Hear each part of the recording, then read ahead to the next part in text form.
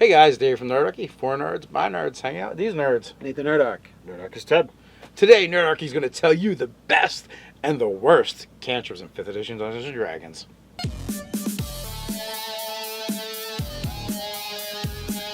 Jump down in the description below where you can sign up for Nerdarchy, the newsletter. Get weekly gaming tips as well as learn how to game with Nerdarchy. Alright, so we're each going to give our favorite cantrip in this video, and we're each going to give our least favorite cantrips in the video.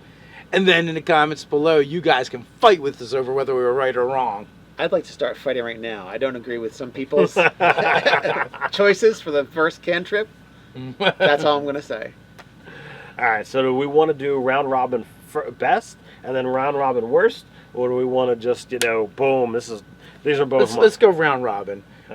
I almost feel like we should have a D20 and roll initiative. All right, so Dave, we'll start off with you. What is your favorite cantrip? It's not that it's my favorite. I think is probably the best attack cantrip in the game, and that's Eldritch Blast. One, it has a huge range. As it goes up, you get more attacks, right? So it's not all or nothing like some of the other ones. It's the die 10, so it's one of the most damaging cantrips. There is one cantrip that does do more damage, but that one's close range, right, and they get a saving throw. So that can be problematic. And let's face it, force damage, dude. Nobody resists force damage. And then there's only one person in the game that can take it, the warlock. And then the warlock has the ability to make the best cantrip in the game even better. The supreme cantrip. So for all those reasons, I have to say Eldritch Blast is probably the best cantrip for a fight. Okay. All right, so for me, I'm going to choose Booming Blade because I like that it deals damage, and then the target has to make a choice on whether it's going to take more damage or do what you want it to. So it's a big deal in that respect. So which is stay put. Yeah, if they don't stay put, and you can do all kinds of things to kind of make it a difficult choice to make. Your buddies are coming up behind, all different kinds of things that are going to make it so you're controlling what that person does, or they're taking more damage, which is like a win-win. Now that's a bold move. You've left the player's handbook to go right to the SCAG Sword Coast Adventures Guide. I'm going with my ye old basic, and that's Firebolt. While there might be things that resist fire, there are a lot of things that do have vulnerability to fire, or you need fire to really set it off, like vampires or trolls and what have you. So Firebolt is classic. It scales in damage. It's got a decent range to it, and yeah, it almost shoots as far as Eldritch Blast. Almost. But yours, you could have you could miss on your subsequent attack rolls and thus do less damage. But the difference is you can miss once and do no damage. That is true. So there's some things, and I think you can set stuff on fire with Firebolt as well. All right, so now that we've proved we're like a bunch of Power Gaming munchkins and chosen all combat-based cantrips. I almost picked Prestidigitation, but I love the Druid Craft, Prestidigitation, and Thaumaturgy because I think those ones are a lot of fun as well. But sometimes things need to get killed. Sometimes things need to get killed. Absolutely. Now there is a lot of fun ones, and there's also ones that are that probably deserve honorable mention. Like it was really tough, especially I like the control ones, right? Like Frost, where you're slowing someone, Thorn Whip, where you get a pull. So there's definitely things for combat, and then there's the non-combat ones that are really cool, like Message and the ones you guys just mentioned. And Mage Hand is a favorite of mine as well. Light, if you can't, if you don't have dark vision, even if you do, it's useful. Spare the dying literally spares the dying. You stop people from dying. Yeah. So this one's kind of tough because I feel like one of the things 5th edition Dungeons & Dragons really got right was cantrips, except for some exceptions. Some exceptions. So you want to lead off? All right. So you went last, so you can go first. All right. So. To me, that there's the most useless cantrip is True Strike. This is one. It's okay, I'm literally taking my action this time to get advantage on my roll next round. Now, okay, there might be some small situations where that can come up that it might be useful, but most of the time I can make an attack now, and it might hit, and I can make an attack next round. That's still rolling 2 dice.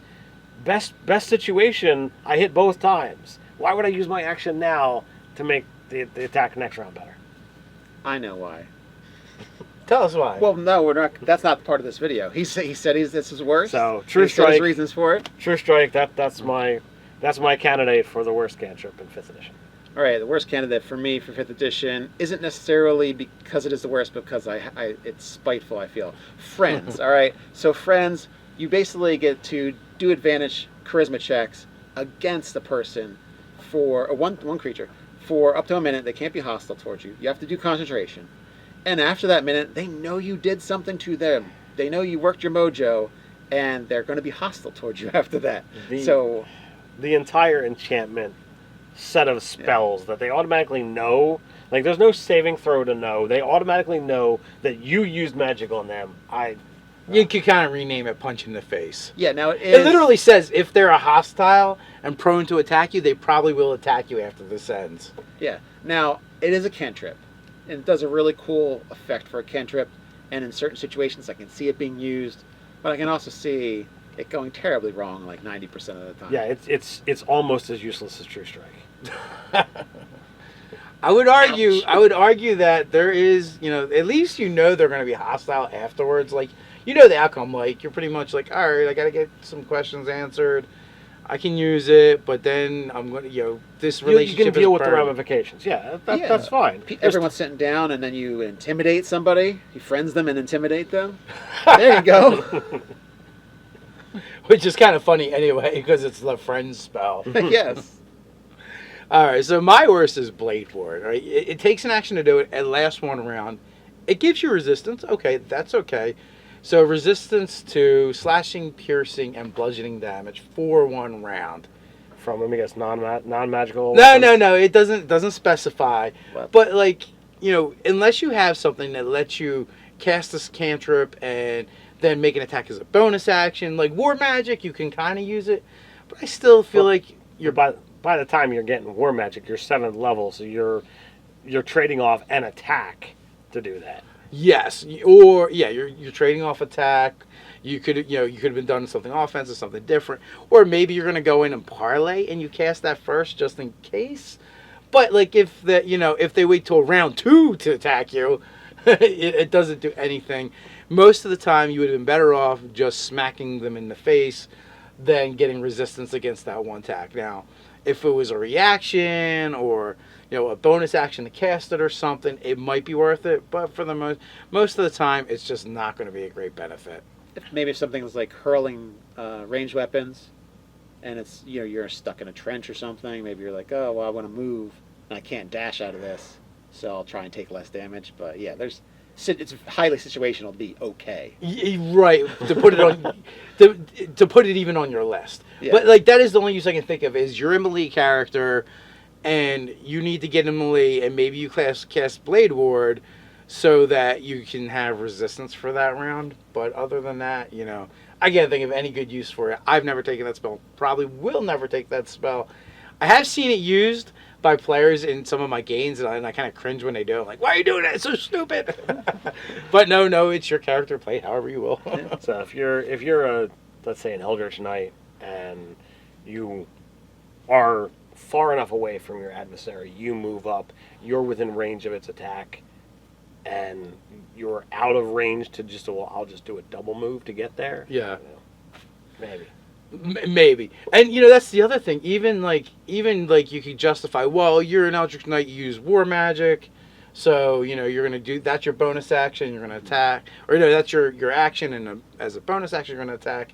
I actually find Eldritch Knight's War Magic isn't really that good until you can actually cast full spells, and even then it's kind of limited on how good it is. But because generally a fighter making 4 attacks is better than an attack and a cantrip. Always better than an attack and a cantrip. And even better than a lot of spells, because we're talking about the Eldritch Knight, and they don't have the vast casting that a actual wizard would have. So, it's fun. And the sorcerer using Quicken and wanting to not take less damage, so he casts this Quicken spell and then casts Blade Ward as his That is action. actually like probably the best use. But other than that, But I cost sorcery points every time. So well, it's and not only cheap. that, again, like you're limited on your resources, how many spells you can know, and for the sorcerer, he's then got to put that on his known list. Thankfully, he gets more cantrips than anybody else, but still. Yeah, like, so that could be your throwaway cantrip. You're Well, like, oh, I it's a don't- dragon. Cast a spell and take a little less damage. Hopefully, yeah. And then he breathes on you anyway, and it doesn't do anything. Next round, you're back where you were with minus hit points. So I don't know, guys. How would you handle it? What do you think? What are your choices for best and worst cantrips? We got a place for that, and that's in the comments below. While you're there, like, share, and subscribe. You can check the articles out over at nerdarchy.com. Or you can support us by becoming a patron on Patreon. So until next time, Stay nerdy.